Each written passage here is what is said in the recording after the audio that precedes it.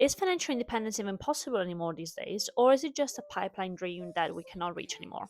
Well, today this is what we're going to find out, and we're going to talk about from specifically a UK point of view. So if you're interested, please keep on watching. But before we jump into this, hi, hello, welcome back in case you've been here before. My name is Francesca, and I help young professionals from different walks of life understanding finance and money in a simple way to really take care of their finances and take charge of their futures. So, financial independence or FIRE. So, financial independence, retire early. What is it? Let's start there before we jump into is it feasible or is it not feasible anymore.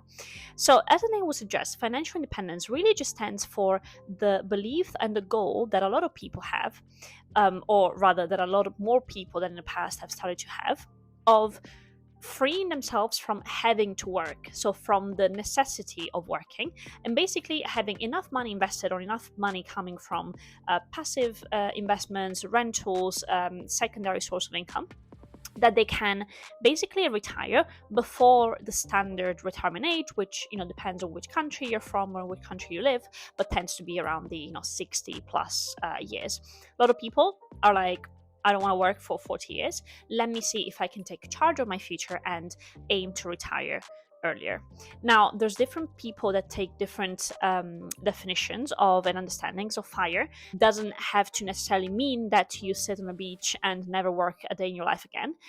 What people normally strive for is more so the freedom of choosing what kind of work you're doing. So rather than being stuck at a 9 to 5 job, being able to say, okay, I maybe want to be a barista, right? I want to, pursue my acting dream, and I'm ready to earn much less, than my full time job, 9 to 5 job would allow me to, but I can do it because I have my investments to fall back on and sustain me, and so I can afford to have, lower incomes.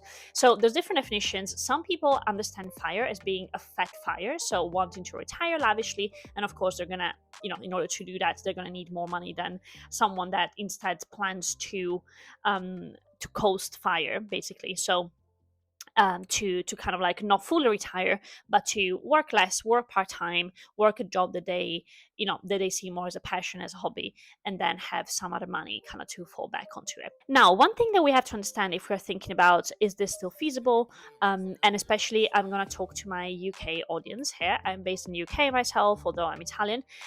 One thing that we need to keep in mind is that the concept of FIRE originally started in the US, like a lot of these frameworks and financial models do, around the early 2000s, and it was at the same time as Tim Ferriss's book The 4 Hour Work Week, which I highly recommend to anyone.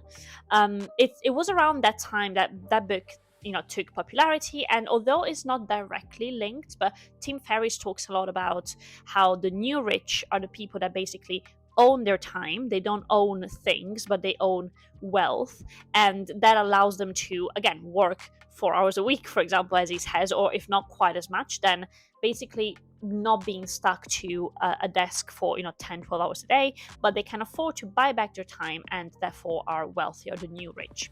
So that's when this topic kind of started to gain popularity, and it got exported to the UK and some other countries. However, one thing that did not get exported is the median salaries of these countries.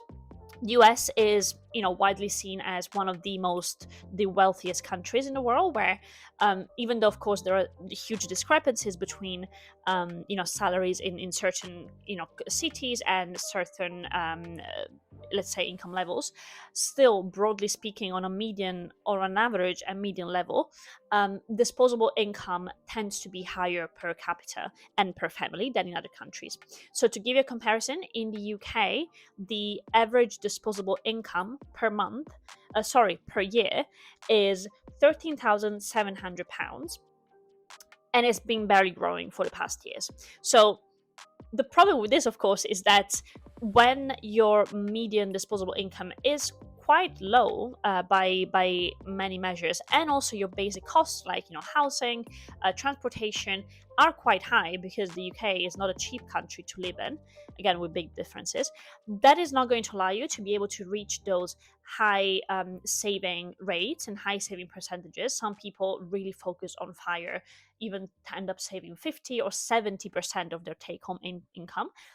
it's going to be very, very difficult when your disposable income is so low compared to, some people in the US, but your relative cost of living is quite similar. So that makes it difficult, right? And that's been an ongoing criticism of people attempting to fire in the UK, just saying, look, maybe was that ever possible for us to one day achieve this?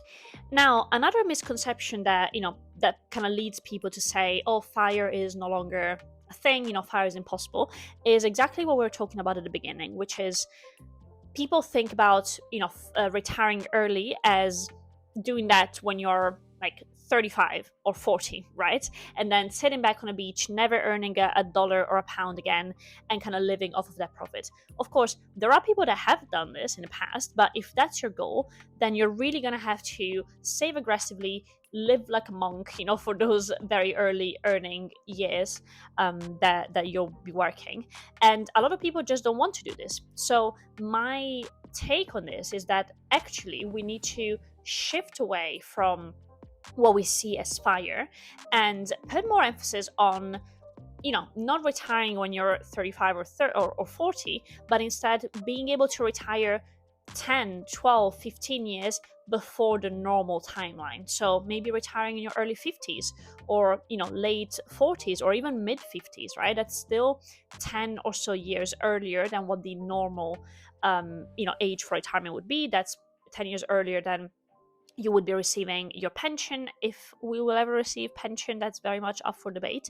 So I think that when people say, oh, fire is impossible these days, they're not considering that even being able to lean back a little bit in the last decade of your working life, that's already a huge improvement. It's something that a lot of people would love to be able to afford and to do.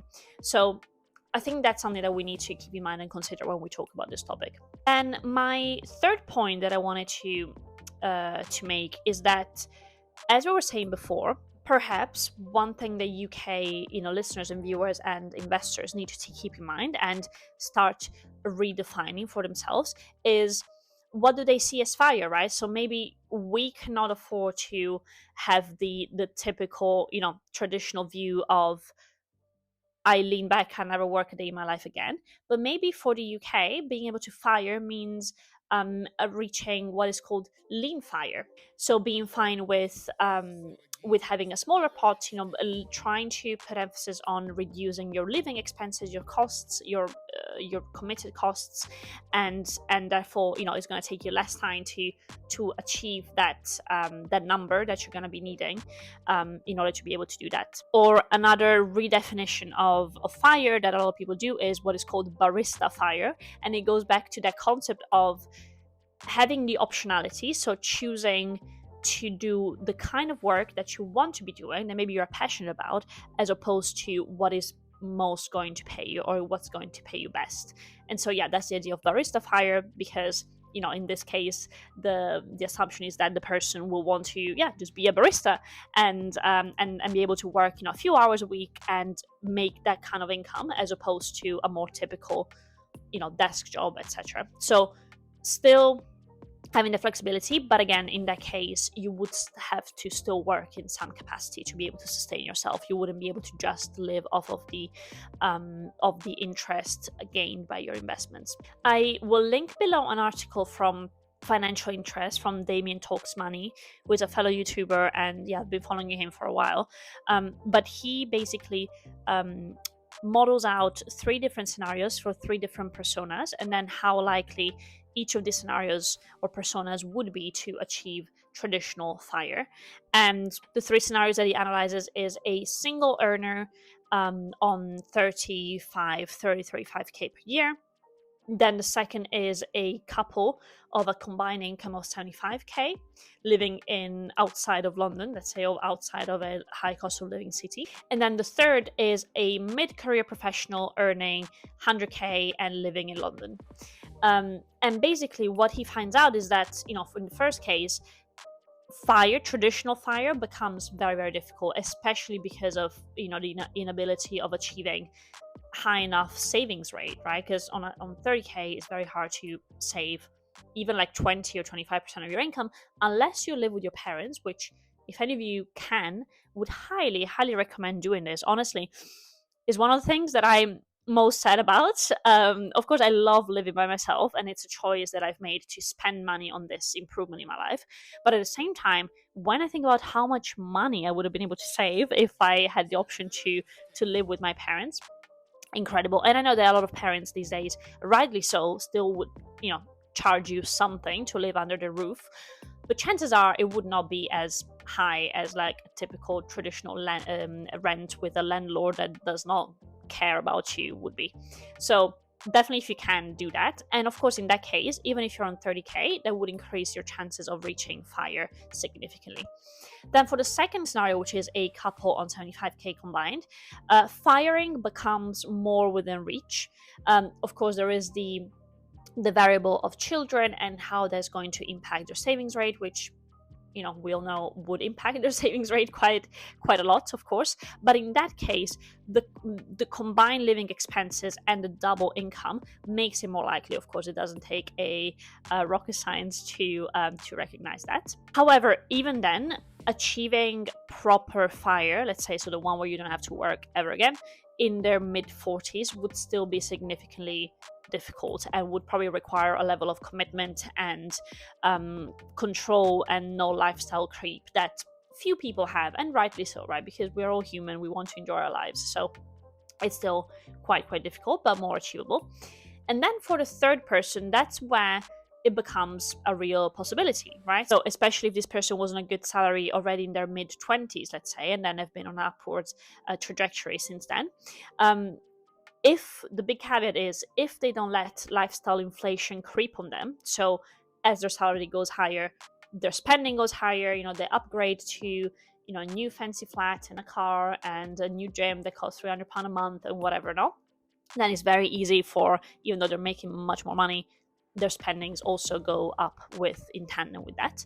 But if they keep that under control, of course, their savings rate can skyrocket significantly, and that's where retiring in the proper sense of the term in their early to mid 40s becomes quite achievable and feasible. But long story short, in terms of numbers, what number would be required in order to achieve this is investing, let's say, 30 to 25 to 30k per year, which of course is still a big feat and a big task that not as many people are able to do, even on a salary of 100k or more.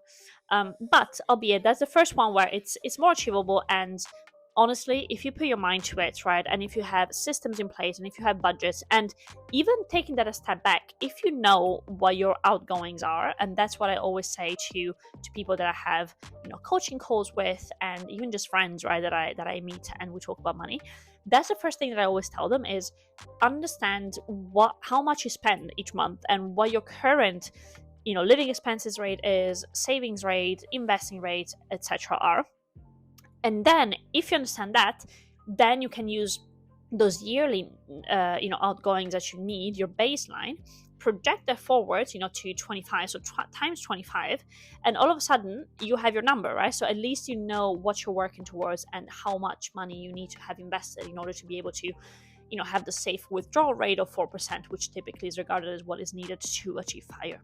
So to summarize this video, I think the main thing to take away is reflect on what FIRE means to you, and reflect on what your real goals are. Do you even want to lean back and be on a beach until you die, and just let your investments compound and not have to work a day in your life again since the age of 45? Chances are more people than you think actually would not want to do that. I know that I wouldn't want to do that. Of course, I want the freedom. Of course, I want to be able to choose the optionality of choosing what I work on and who I work for, and ideally I work for myself.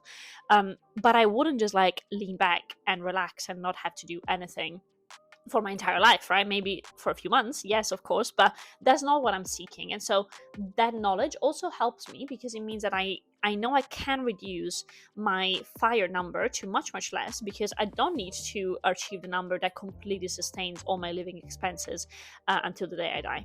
So definitely try and do that. And all of a sudden, the FIRE discussion opens up and becomes much more attainable, even for people not based in the US, with those crazy salaries. But it's more a question, it becomes more of a mathematical question, really. So hopefully that helps. If you're interested in the next video that I'm planning, I wanted to actually give you more numbers of my case, and we can model out together using a calculator how much time at the moment I'm forecasted to take until I reach that fire number, and how to go about thinking that and setting that up for yourself as well. So if that sounds interesting, then let me know in the comment below. I'm gonna link here to one other of my videos that I've made that you might be interested in. And until next time, I'll see you very soon. Bye bye.